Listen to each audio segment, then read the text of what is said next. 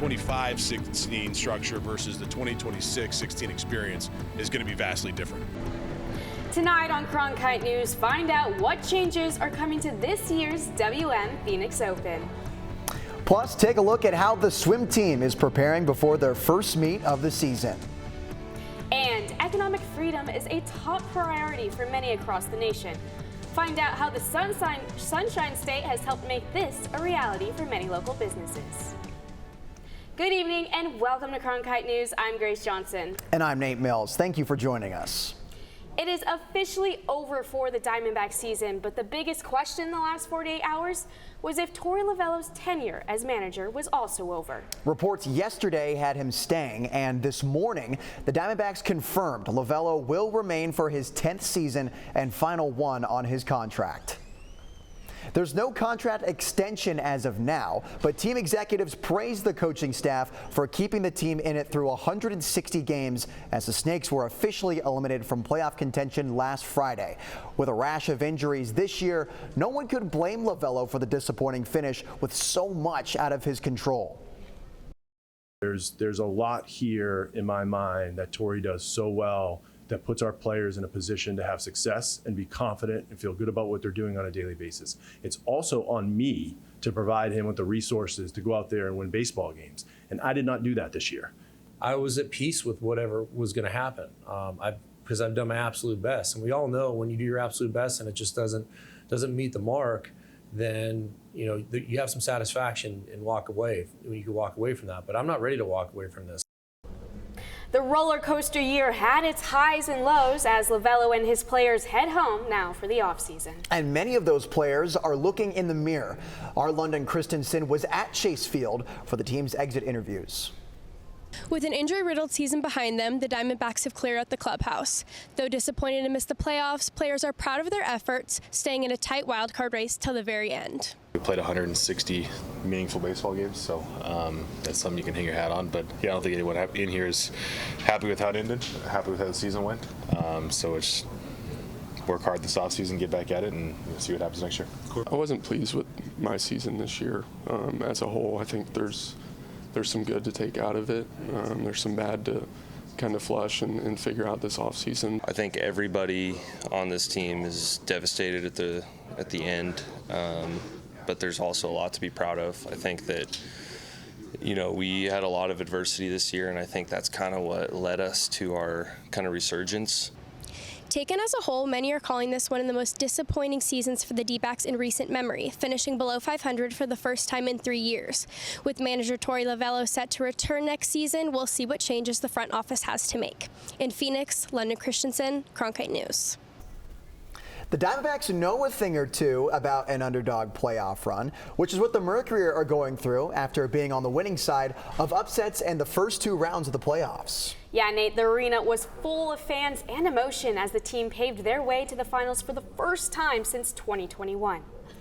It's been 2 weeks since the start of the playoffs, resulting in a postseason run to be remembered. In the middle of a loud and officially sold-out PHX Arena, it was all about family for AT and head coach Nate Tibbetts. Had kind of gotten overlooked at some NDA jobs over the years. My dad was a longtime high school girls and women's coach, and he had a ton of success and took a lot of pride in starting basketball in South Dakota in the mid-'70s, and he passed away in 08, but just looking around, I know he would be so proud. Tonight's series deciding Game 5 in Vegas will determine whether the Merc have to travel just 300 miles to start the finals against the Aces, or potentially about 1,700 miles to play at Cambridge Fieldhouse against the Fever. Some new changes are coming to TPC Scottsdale, the course famously known to host the WM Phoenix Open. The bulk of these changes coming to the famous 16th hole. Lainey Napoli joins us from the Sports Bureau with what the Thunderbirds have in store. Thanks, guys. 16,000 to 20,000 fans on average pack the 16th Green Coliseum daily during the WM Phoenix Open. Now, tournament directors want to create a better fan experience by improving sightlines and offering more seats. The historic hole 16 is getting a whole new look as construction began on what will be a brand new modular structure for fans. The Coliseum is going from 3 to 4 stories, and they are introducing a pin high club, which will provide a new daily ticket located off the 16th green. Construction is estimated to be completed in 4 to 5 months, just in time for the tournament's arrival in February. We'll have wider view corridors, fewer columns, less scrim. 16 in its previous self kind of hit its ceiling on what it could be. And I think what we've done is really elevated the structure, which allowed us to elevate everything. It allowed us to elevating the viewing experience for both the patrons that have suites as well as the GA admission. We elevated the food, we elevated the beverage. I mean, really, the 2025-16 structure versus the 2026-16 experience is going to be vastly different. With construction estimated to end by January, the new structure will be a zero-waste structure unlike previous years. It's considered 100% sustainable and can be taken down and reset for years to come. In the Sports Bureau, Lainey Napoli, Cronkite News. Coming up next, the Phoenix Rising game last weekend came down to the wire. And Coach Pamaduka was not happy with the team.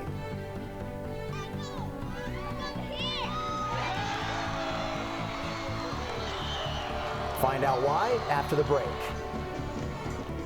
Plus, how is the weather after a rainy week? Find out after the break.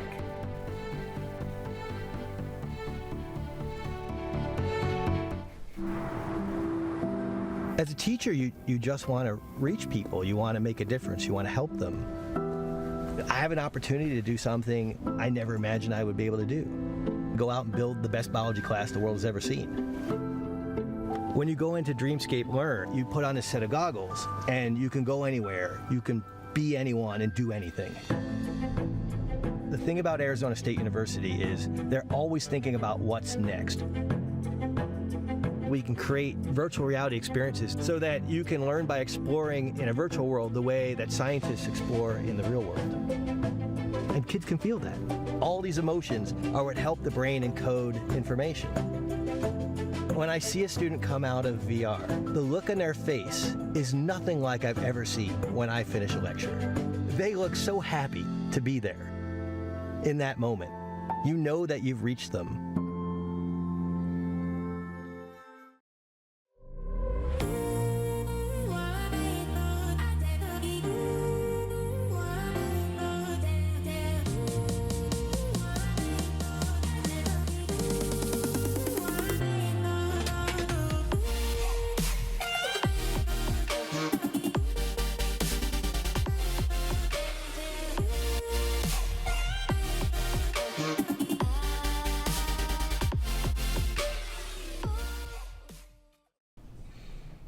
We now head to the pitch where Phoenix Rising hosted the Oakland Roots on Saturday after being down 3-0 early.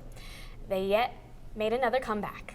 The good news, Grace, they haven't lost in 7 games. The bad news, this is their 5th consecutive draw and 3rd straight game where they were down 2 goals at half. Now to the 97th minute, Phoenix Rising awarded a penalty kick down a goal. Remy Cabral buries it to tie the game. That was Saturday against Oakland Roots. Rising still the 7th seed of 8 total that make the playoffs.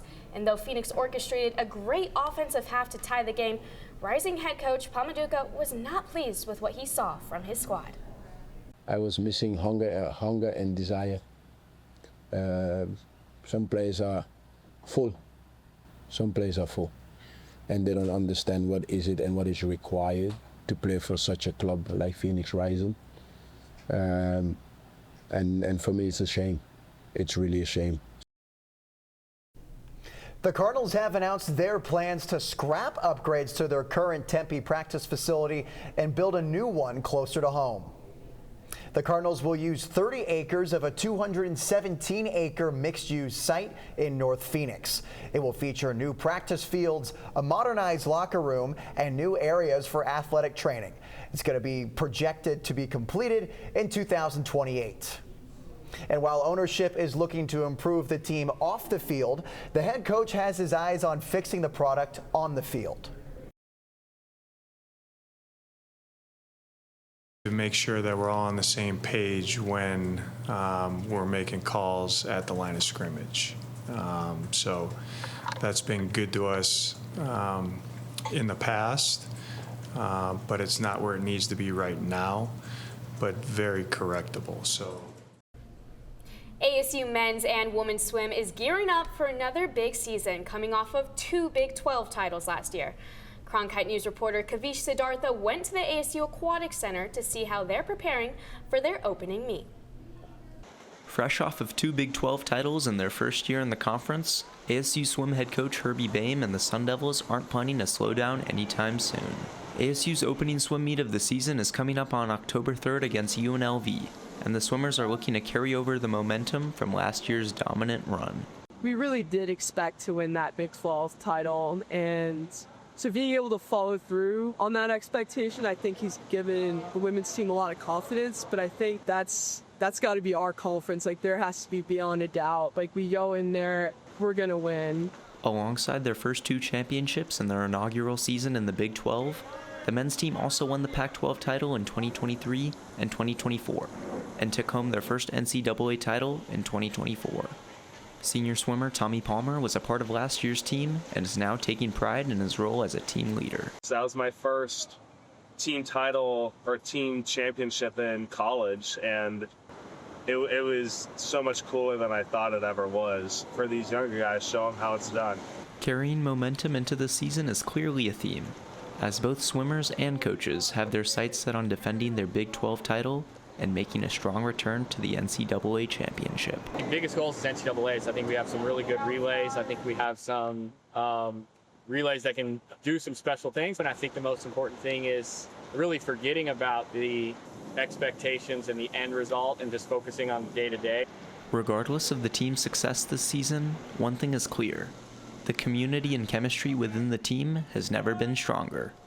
I feel like this year the bar has been set by the coaches, and all of the swimmers are rushing to meet it, and I think that's the best combination you can have. For a sport like swimming, where it is very individualized, you don't really notice the power of a team until you're on the right one, and this is something that I feel like we're just really starting to build here. Building a lasting legacy is never easy, but with Coach Boehm leading the way and a Sun Devil team fully bought into the vision, the future is bright. In Tempe, Kavish Siddhartha, Cronkite News. Thank you, Kavish. ASU opens the season on Friday as they host UNLV in Tempe. Should be decent conditions for that meet, even with the weather cooling down.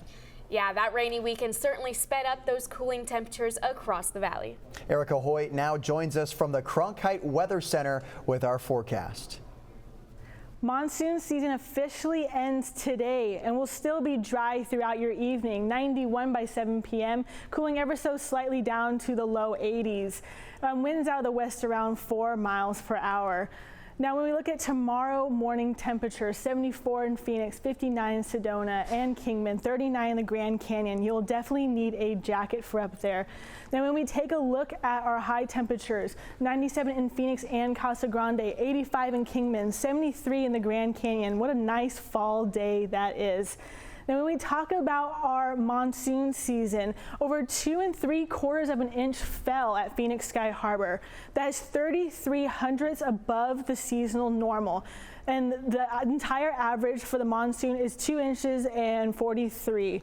Now, when we take a look at our statistics, our top 5 wettest monsoon, our top first one is 9.5 inches that occurred in 1984. Then when we look at our top 5 driest, it was only a few years ago, only 15 hundredths of an inch. Now, where does 2025 rank? 2025 ranks about the middle, 47th wettest monsoon season. Now, looking at our 8-day forecast, we'll still be in the high 90s throughout Friday. Breezy conditions on Friday, cooling the temperatures down over the weekend to the low 90s, and still the low 90s through the end of through your work week. And look at Sunday, 66 for the low. From the Cronkite Weather Center, I'm Erica Hoyt. Coming up next, Hispanic communities in Arizona are experiencing an economic boom, with small businesses being able to carry on the family tradition. Join us after the break to find out why this community is turning their traditions into economic freedom.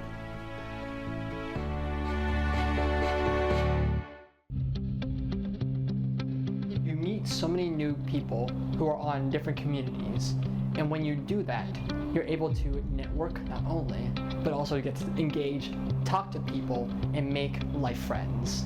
I think that definitely surprised me, the community that I would find, because I wasn't really expecting it. I was like, freedom. Friendly. Nice. I'd say cozy.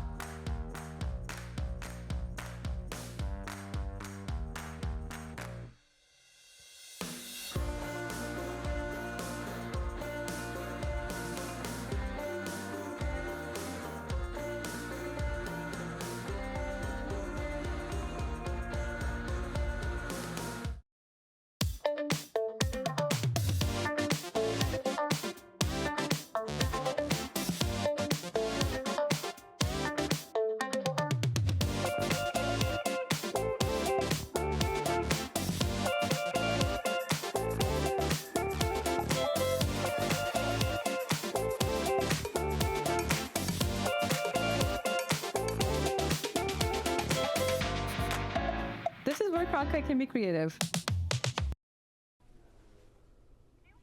Welcome back to Cronkite News. I'm Adam Cunin. Adelita Grijalva arrived in Washington this week, hoping to get sworn in as a member of Congress. That didn't exactly happen. 1 week ago, she won the election for her late father, Raul Grijalva's seat in Arizona's 7th Congressional District. Now, it's unclear when she may begin serving her term. Cronkite News reporter Nick Carmia spoke to Grijalva in the nation's capital. Republicans have yet to schedule a formal swearing-in to seat her, leaving Arizona's 7th Congressional District without representation.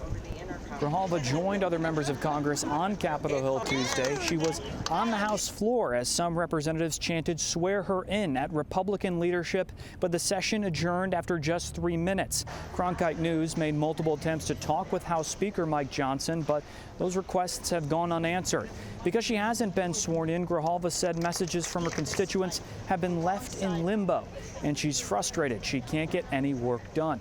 So right now, I'm essentially a tourist with a couple of friends in Congress that have a conference room that they'll lend me. Every single Democrat and a handful of Republicans need Grijalva's signature on a petition to force a vote to release the remaining Epstein files. At the same time, a government shutdown is looming. Both parties failed to reach an agreement today, and Grijalva said she's working with Democrats to help broker that agreement. For Cronkite News, I'm Nick Carmia in Washington. Grijalva said she plans to return to Arizona tomorrow, as it remains unclear when she may be sworn in. Congress has till midnight to reach a budget agreement, but it doesn't look like either side is willing to give in before that deadline. Earlier today, President Trump said he did not want a shutdown. However, he did warn Democrats that allowing a shutdown would be irreversible for them. With that being said, we can do things during the shutdown that are irreversible, that are bad for them and irreversible by them, like cutting vast numbers of people out, cutting things that they like, cutting programs that they like. Experts estimate that nearly 1 million federal workers could be laid off if the shutdown happens. If there is a shutdown, those who use Social Security and Medicaid will continue to receive payments. Air traffic control workers, the U.S. Postal Service, and those serving in the armed forces will continue their work as well. And here in Arizona, Republican Representative David Schweikert announced he'll be running for governor. Schweikert will be the third GOP candidate, and his opponents have already been endorsed by President Trump. His bid will also open up a competitive congressional seat that serves Maricopa County. Schweikert has served as a representative for over a decade. The threat of a federal shutdown highlights why he's looking to leave the nation's capital behind. His campaign will focus on government efficiency and preserving Arizona as a, quote, conservative idea factory, end quote. Meanwhile, a new poll finds Schweikert would lose a potential matchup to Republican Congressman Andy Biggs, who leads his Republican opponents by 20 points in a new poll. The new poll by the Pulse Decision Science Survey finds he's ahead of primary opponents Karen Taylor Robeson and Schweikert. Today, the Arizona Hispanic Chamber of Commerce released its State of Arizona Hispanic Market Report in 2025. Cronkite News reporter Izzy Ludlow explains the main theme of this year and why this data matters. Economic freedom and community prosperity is the focus of Datos 2025. The report also highlights the economic impact of immigrants and the growth of the Hispanic population in Arizona. This morning, hundreds of people attended the 2025 Datos report in Symphony Hall. The report highlights the economic success in Arizona's Hispanic community. Between 2007 and 2022, when all other businesses only grew 2%, Latino-owned businesses grew 7%, 3 times faster than the rest of the population. Hispanic culture is rich in the state. Business owners have been able to continue their family's traditions while bringing the group closer to economic freedom. So it's been passed on for generations of abuelos, abuelas starting businesses and passing it on to their children. It's kind of like a very strong cultural aspect in the Latin American community. Because Arizona neighbors Mexico, Hispanic small business owners have been able to create a strong economic relationship. Well, I'm very proud of my Mexican culture, so therefore I am proud to bring artisan pieces here in Arizona. Since we're so close to the border, I love doing that, and it's very unique. So I love bringing the elegance. Datos 2025 emphasizes that immigrant households contribute to over $1 trillion in purchasing power.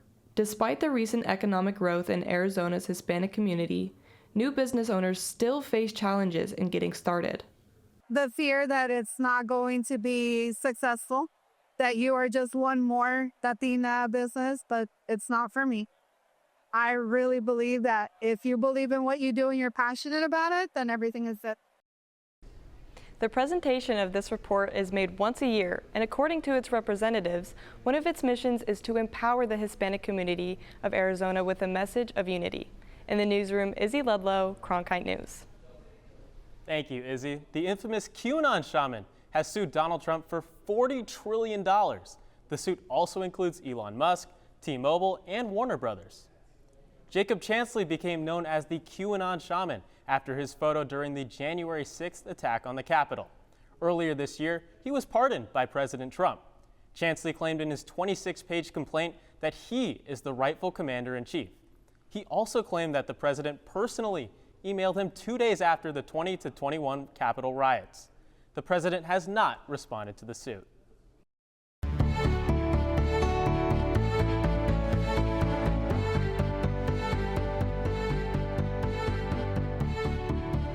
An apartment building in Chicago was raided by dozens of federal agents earlier this morning. ICE, the FBI, and other law enforcement partners were working together at the direction of the Attorney General. Hours later, President Trump said cities such as Chicago should be used to train armed forces. Illinois is bracing for the Trump administration to potentially deploy 100 military troops. Back on the West Coast, Oregon is suing the Trump administration's decision to send federal troops to Portland. The emergency filing accuses the administration of unconstitutionally militarizing the city. This comes after the announcement to place 200 Oregon National Guard troops into federal service, although Oregon leaders say Portland is safe. And in California, San Diego County is getting a new border wall stretching nearly 10 miles. The plan to expand border infrastructure is to help reinforce high traffic areas. Although last month the San Diego sector has seen a 95% decrease in encounters according to U.S. Customs and Border Protection. That's it for tonight's headlines. I'm Adam Cunin. Thank you for joining us. Now, back to Grace and Nate at the desk. Thank you so much, Adam. Well, coming up after a quick break, we don't know yet who the Mercury is going to face in the playoffs yet. But tickets for Game 1 are already on sale. And you're going to be shocked at how much some seats are going for. We're talking thousands of dollars for just one seat. Details up next.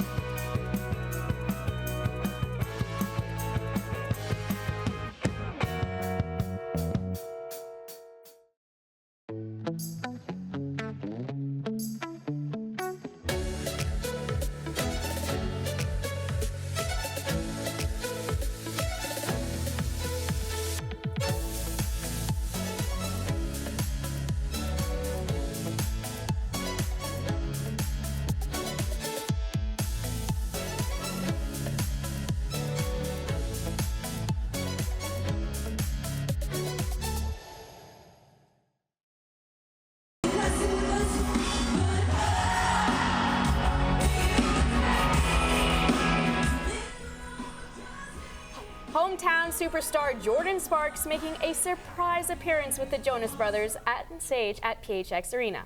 The group performed last night because their original gig on Sunday night had to be moved because of the Mercury's semifinal game against the Lynx. The Mercury, of course, went on to cinch the win, which means they're now headed to the WNBA Finals. And tickets to the finals are now in huge demand, with some going for thousands of dollars each. The first home game is still up in the air. If the Fever advance, they'll face the Mercury on Friday here at home. But if the Aces make it, the first home game will be on October 3rd. But tickets are already on sale for games 1 and 2, and prices are already sky high. The cheaper seats are selling for about $60, but courtside seats, a pair of those on Ticketmaster, are going for more than $3,000 a piece.